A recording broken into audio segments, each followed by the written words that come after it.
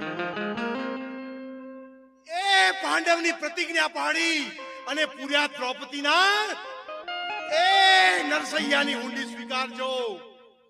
આવી ભરેલી સભા હતી અને ભરેલી સભામાં શેરડી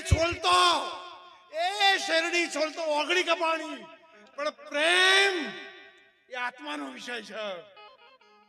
અને જ્યારે ભગવાન શ્રી કૃષ્ણની ઓગળી કપાણી પોચ પાંડવો બેઠેલા હતા, પરંતુ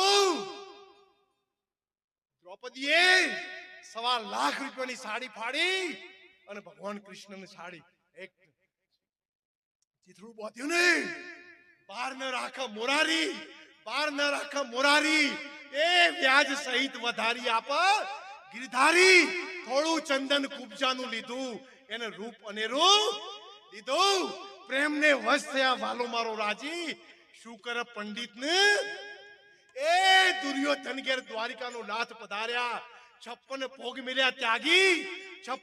મિલ્યા ત્યાગી અને વિદુરજીના ઘેર ખાધી.